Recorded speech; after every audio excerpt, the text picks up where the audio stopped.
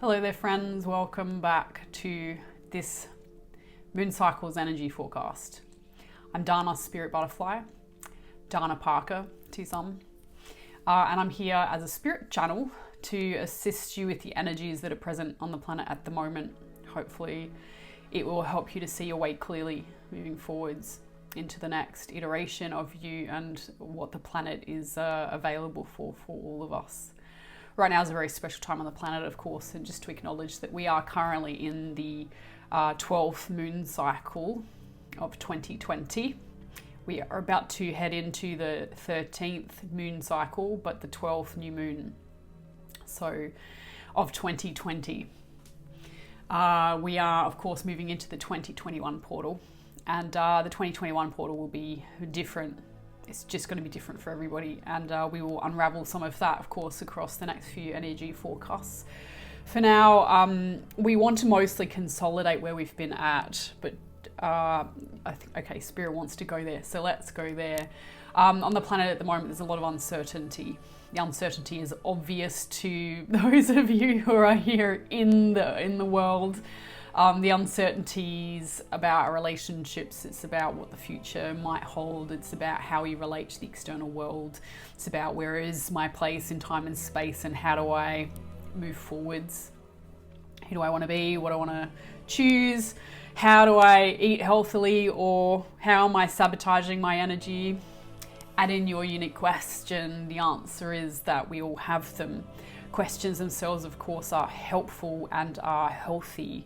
And we use this term healthy rather than good or bad, because what might be healthy for you might not necessarily be healthy for others, but there are some certainties, of course, and that we are on a trajectory that involves curiosity, questioning, and staying open to answers, allowing us to make better decisions for ourselves and indeed to be able to contribute to the greater oneness is obvious.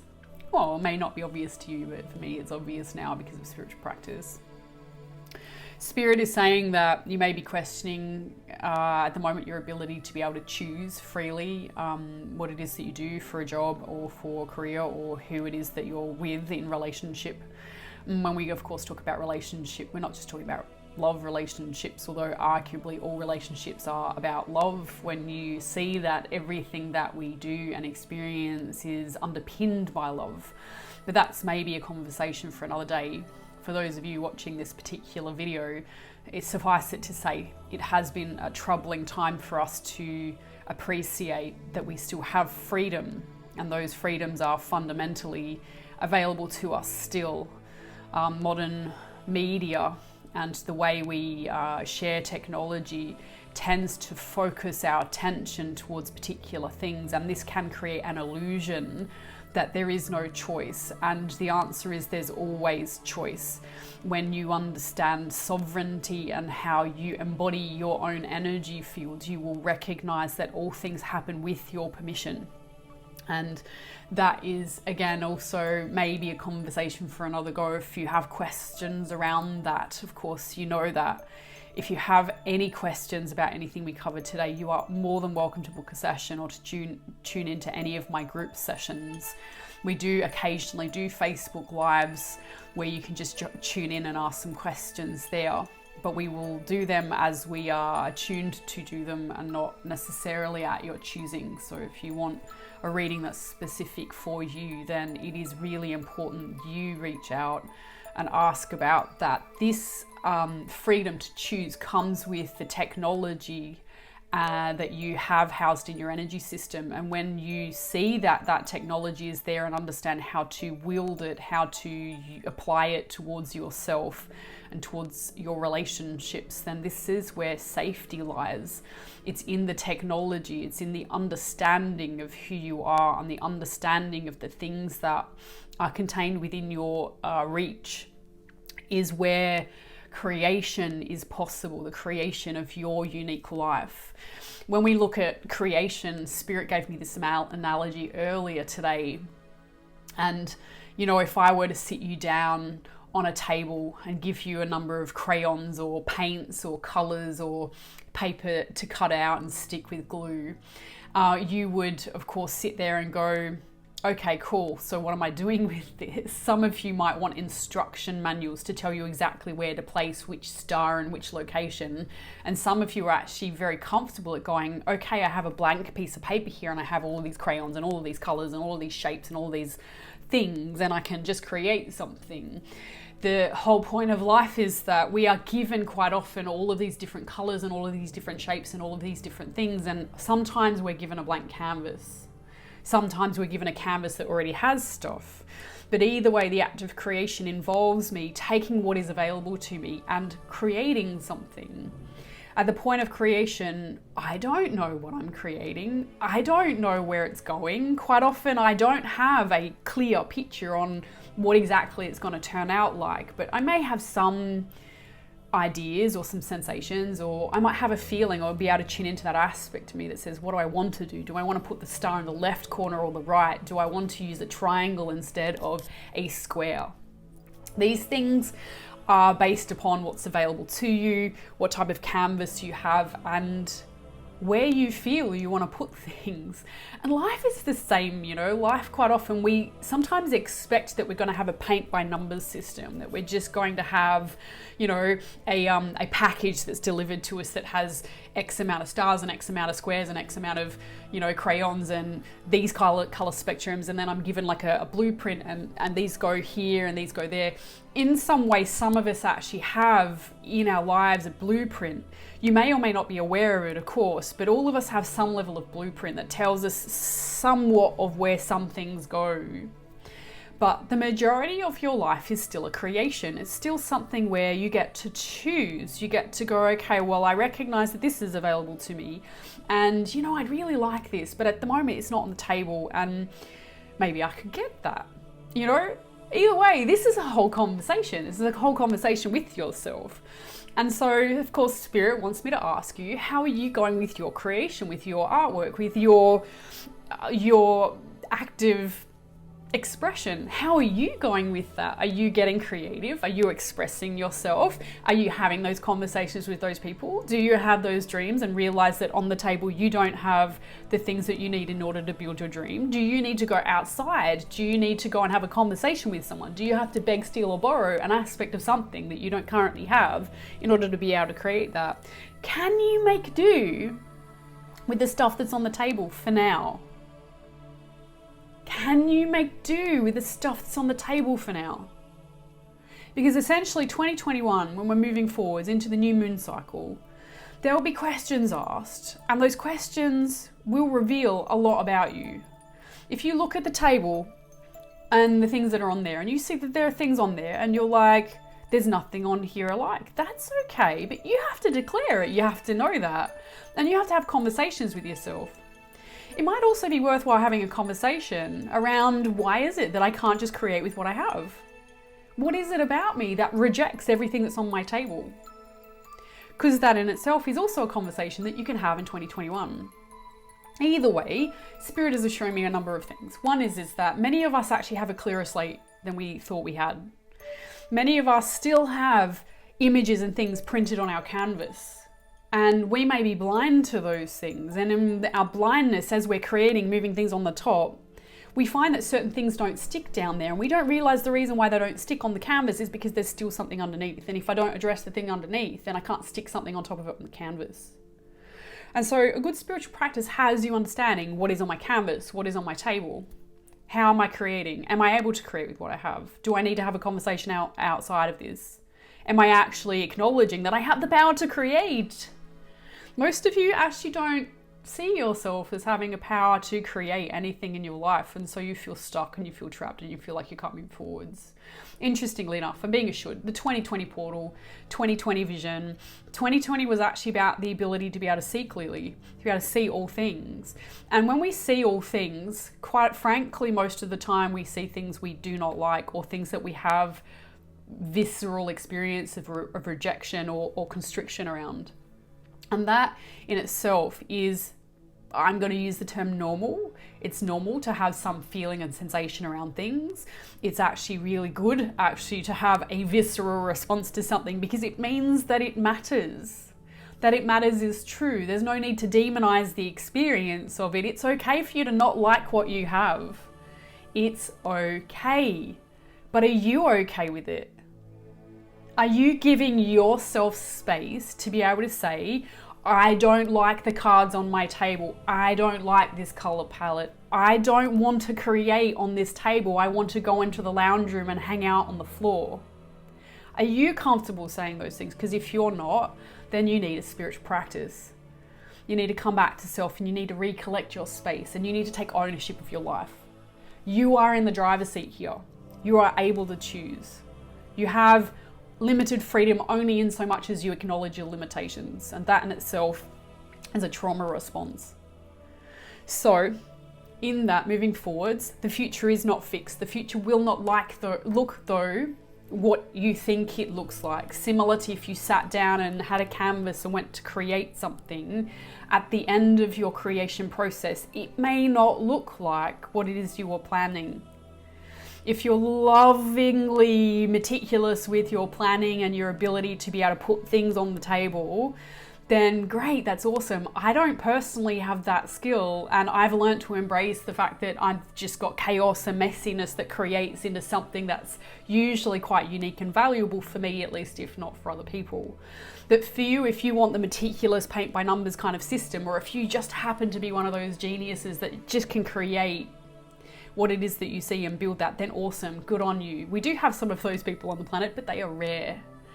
And if you instead are just one of those people who have this perfectionist idea of thinking that you're going to create that, and then looking on the table and having a temper tantrum that what's on the table is not what it is that you need to create your future, then you're going to get stuck and you're going to end up in these cyclic loops of trauma. What we're trying to say here is, moving forwards, you can't know what it's going to look like. You don't know what it's look like. Nobody knows what it's going to look like. There are some things that are truth and some things that cycle and some things that repeat in life, but there's also the creation process that assures that whatever it is that's moving forwards is not going to look like that which we think it will by the end of the process. And so we're asking you now to celebrate life and to celebrate love and heading into the future, because indeed we're always heading into the future, just like we're omnipresently in the now, creating in the now. As I move myself in future and space and time, as long as I choose resonance over disharmony, as long as I'm choosing freedom over constriction, as long as I'm honoring myself, showing up and being easy with who I am today, then I'll find that whatever it is I create continues to perpetuate that type of energy. And I'll find that the future that I create is one that harmonizes with me, one that resonates with me, and indeed one that I'll probably be happy with. It's funny that Spirit is just talking to me about the differences between joy and happy. What we actually do to make ourselves happy is often different to the things that we do when we're joyful. And so sometimes it's actually worthwhile sitting down and writing down 2 lists and writing down the things that for me is happiness, and then the second list of things that I feel joyful when I do them. And when I actually notice the 2, you'll find that a life lived in joy, a life following the vibration of the energy resonance of joy, is one that is joyful and of course by default feels happy for me. But one where I'm chasing happiness sometimes doesn't have joy attached to it, because I put so much pressure on myself to be something and do something that's external to that feeling, that vibration, that alignment, that it just at the end of the day seems like too much hard work and too much hard slog in order to get it. And that's not to say that, if you've got an idea about what you want to do moving forwards, you can't put yourself in discomfort in order to create that, because of course you can do that. But an awakened soul feels joyful anytime they take a step towards something that is creating something that's aligned, and knowing the difference is quintessential to our awakening, so that we can see ourselves in our wholeness. And when we're talking about wholeness, we're talking about balancing the masculine and feminine aspect, and seeing both as intrinsically healthy for us to have that moving forwards. Moving forwards, they're saying showing up to every situation and just being present and accepting that you have all the tools that you need, that everything on the table is available to you, is going to help you create what's next for you. If you find that space and you're able to hold that resonance pattern, hooray, you have happy life and you really have what it is that it takes to fulfill yourself in this life. If instead you show up and then you see that everything is missing and nothing is right, that in itself is okay, because you need to honor yourself in the feeling and the space and time, but just witness, notice yourself. Am I just being fussy because at the moment there's something that I'm not acknowledging within me that I can't quite declare yet, and I don't know what it is? That usually is indicative of a further process that we need to go through. And Spirit is saying to me, we're gonna have an ample opportunity to do that this month, because there's a lot of catharsis in the field. When we talk about catharsis is basically usually reserved for people who aren't following their flow, people who aren't following inspirational flow, I should probably say. Inspirational flow is usually where that part of me and soul, that soul resonance inside of me is awake and open and active, and I'm operating from there. I feel inspired. I feel inspired to take that next step, and I may not understand fully why, but I just know that when I take this step feels in resonance with me, and I know what that is. That's the inspired life. When I don't, however, and every step that I take feels heavy and feels contrived and feels out of alignment, then quite often I will feel like the world is out to get me, or that things aren't working in my favor, and it just feels wrong. This is something that quite often, if I just feel into the feeling and then just ignore it, or don't do anything about it, or don't have some conversation with myself around that, then what will happen is that the universe in its intelligence quite often conspires to create something dramatic to draw my attention to that which I need. And so this can be a car accident, this can be a fallout with a best friend, this can be that all things that happen today just don't really work out, and I don't understand why, because I've done all the right things. Usually this is a sign that you're on a pathway of misalignment, and that in itself can be distressing for you, except when you understand that sometimes that in itself is needed for you to get back into alignment. Spirit is also reminding me that there's been some other astrological alignments that mean that there's a lot of things that appear upside down, or appear back to front, or appear like they're facing in the wrong direction. I'm being assured that a lot of that stuff is just the echo of what's left over from the karmic process that many of us have been going through. So most people who have an active spiritual practice at the moment, you should be on top of the karmic energy now. And if you're on top of the karmic energy now, i.e. ahead of the curve, because a lot of people are still living out their karmic drama because they may not just be awake to the way energy flows. And that's, everybody's on their journey in different pathways, and that's fine. But if you happen to be noticing this topsy-turvy thing where things seem back to front and upside down, just keep coming back to resonance and keep coming back to yourself and going, well, you know what, I feel okay about me. I don't quite see how I'm sitting in the world fundamentally right now, but it's just the universe checking and balancing you to see whether or not the pathway that you've chosen and the pathway that you insist on moving forwards is the one that you actually want. And what you will find, or what I notice, is that when something offers me something that's contrasting to where it is that I'm going, if I know that I'm on the right path and I feel resonant with it, I notice it and it looks a bit weird, but I don't identify with it, because there's no longer anything in my field that calls my attention to it in order for it to be addressed. If a lot of the stuff I'm saying to you doesn't make sense today, I'm going to encourage you, of course, to join the channeling class that I have now. I have 2 channeling classes. We've done them specifically to teach you about energy, to teach you about resonance, and to teach you about the inspired life. Also to teach you how to communicate with spirit. Spirit energy is around us, and it's a guiding light, and it's actually the sacred feminine rising.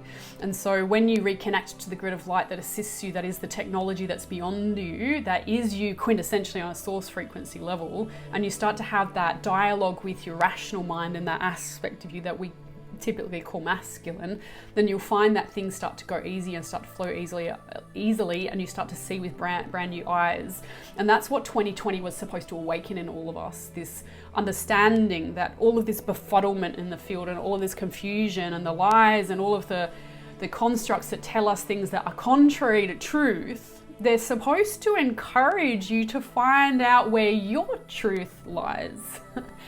It's the double whammy, it's like, well, instead of seeing all this stuff is happening and all this rubbish around me and me taking it personally and saying, we're not worth loving, I go, well, actually, I know that I'm valuable, and I know that I'm here for a reason, and I know that there's a certain amount of intelligence that's in my field that's asking me to be here in this now moment. And so as I'm here, I recognize this and I see this and I ask a better question.